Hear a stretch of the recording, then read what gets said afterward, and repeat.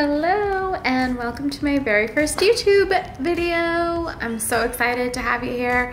My name is Mabel. I'm an artist and entrepreneur based out of Austin, Texas, and this is my very first plan with me. So as I've been growing in my own artistry and feeling more comfortable with my craft, I finally decided, or I should say I finally found the confidence to launch this YouTube channel that I've been wanting to do for months now, but have either just let like fear or life hold me back.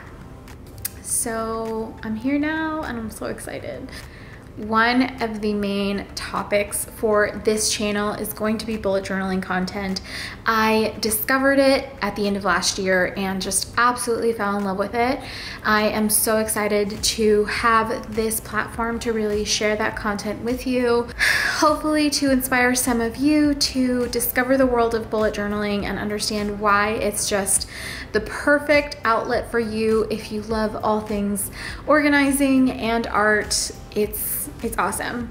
For my very first Plan With Me spread, I decided that this month's theme would be Dia de los Muertos, which is a little nod to my own Mexican heritage. And while it technically doesn't happen until November, I just had to do it because I got way too excited because it's spooky season.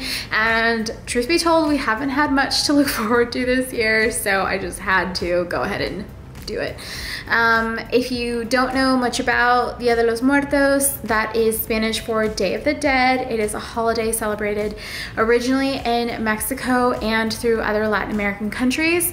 I am gonna be talking just a little bit about it throughout this video today as you watch me create my spreads. Not a ton, I'm not an expert, but I'll be sharing a little bit of that with you, as well as my approach to the different spreads and what materials I use to create them. If you like the video, please be sure to give it a thumbs up before you close out of YouTube, and subscribe if you want to see more content on bullet journaling, art, or anything branding related, because I will be sharing my favorite tips for branding strategy on this channel as well. And without further ado, let's get into the video. All right, to start off, for the cover page, I decided to go with the classic sugar skull, which all of us are pretty familiar with when we see or think of Dia de los Muertos. I think this is like the first image that comes to mind, at least for me. The sugar skull or calavera also afforded me the chance to make like this one central symmetrical piece and add as much color as I wanted, since they are traditionally painted on. And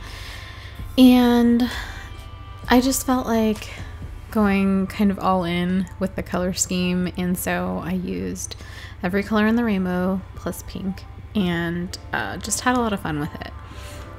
You see me laying down the marker first. I am following a pencil sketch outline. I don't know how well you can see it in the video, but I lay down the marker first because my bullet journal is it's good, but it's not like super thick paper. It's not really art quality paper. It's mainly just meant for pen, and so I find that if I lay pen down first and then marker on top, the paper doesn't hold up well to the layering, and the texture too doesn't hold up well to it, so I end up smudging the pen when I do the marker on top.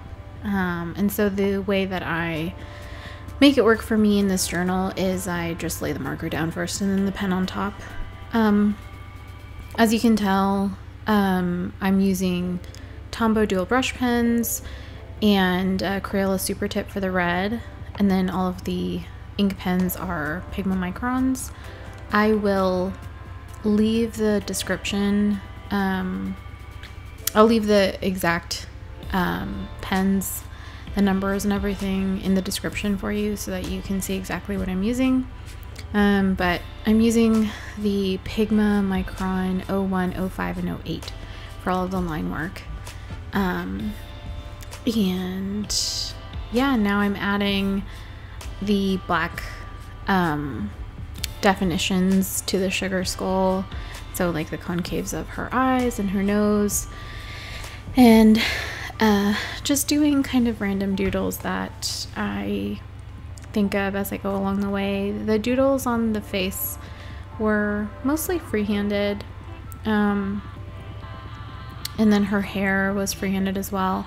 I had this vision going into this of doing these parallel lines for her hair, kind of inspired by my tattoo, which you can see in the bottom right corner of the frame a little bit. I have this lion tattoo that has these parallel lines for the mane of the lion's head, and I just love that look, and I wanted to do the same thing for her hair. And now that I'm done with the sugar skull, I'm moving on to the title, which I chose to use this like serif, kind of serious, spooky Old English font to stay in the spirit of spooky season. And on the left side, I normally do like a quote page here and add more illustration, but I really wanted the calavera to be the central focus, and I also couldn't think of a good quote for this month. So I went ahead and just did my monthly spread on this side. It also saves me an extra spread since this was my first time filming. I wanted to make things a little bit simpler for me because I wasn't sure how it was going to go, how long it would take me, how long my camera would last. And so like I said, I'm really just kind of going all in with the color scheme. I'm using all the colors of the rainbow and just keeping things really bright and vibrant for this theme. Dia de los Muertos, though it does mean Day of the Dead, is meant to celebrate life. It's meant to honor the memories of those who have passed and celebrate the life that they lived. So these candles that I'm adding at the bottom, or velas, are what we light to honor those lives. And you place them on your little altar or ofrenda, and you light a candle for each individual person that you want to honor. Moving on to my habit tracker spread. As I mentioned, this paper quality isn't really meant to hold up to like lots of layering and marker and stuff, so I have some ghosting and bleeding on the back of that page, and to remedy that, I cut out little pieces of different color cardstock and turned those into my little monthly habit trackers, and they are meant to look like little banners that you see hanging with different cutout designs, which we call papel picado. And I'm really happy with how it turned out. This is one of the things that I love about bullet journaling, is like in a situation like this where I had the bleeding on the back of the page, I had to kind of think a little outside the box for how I was going to make it work for me while not wasting the page. And a lot of times when I find that when I'm trying to like fix a mistake or correct something, this is when I get like the coolest results, because I've had to really think outside the box. I use the same font as I do on the cover page for habit tracker,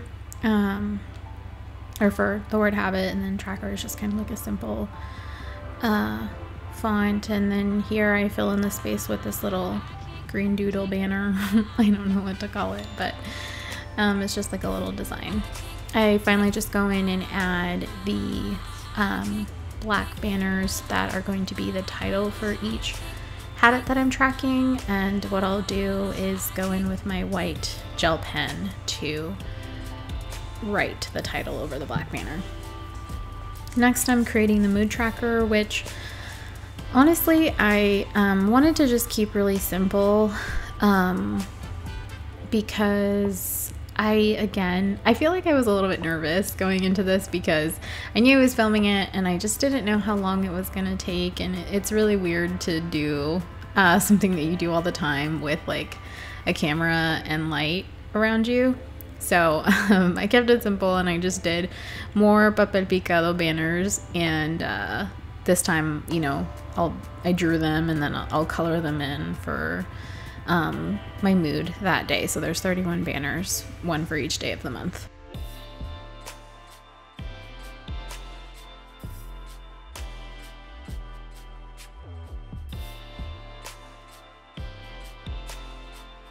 Moving on to the next spread, I'm doing a notes spread, or brain dump spread, whatever you want to call it. Sometimes I write brain dump, sometimes I write notes, just depending on my mood.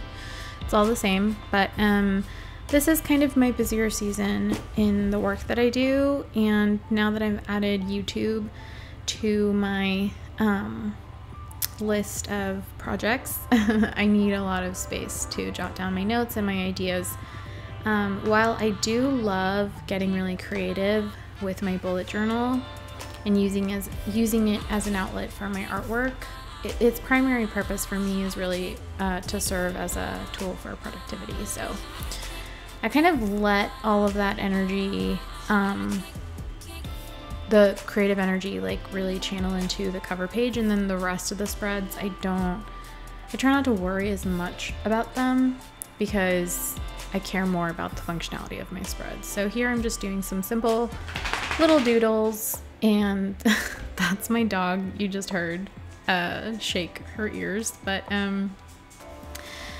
yeah, I'm just doing some little doodles here, keeping it simple, just flowers that have these little dots around them that kind of give the illusion that they're floating or dancing. And for some reason this reminds me of the movie Coco, which I can't do this spread without mentioning Coco, since now it's probably the most, like, I don't know, common thing that we associate with Dia de los Muertos. And as an artist, I absolutely love the film because visually it's just stunning, and as a Mexican American, I just found it really touching and so sweet, and the way that all of the little details were woven into the story I thought were really special, and I was really happy to see that Disney produced such a great film that honored such a beautiful holiday.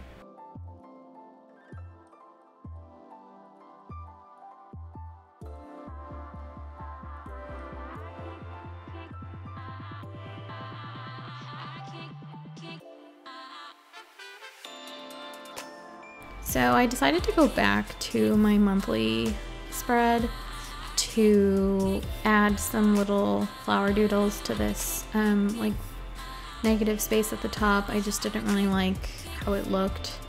I wanted to fill it in with some more color and more doodles. So I'm doing kind of the same thing that I did on my calavera, which is like laying down the marker first to get all of the color down, and then once that was done, I went in with the Pigma Microns to do the line work on top to avoid that smudging that I mentioned before.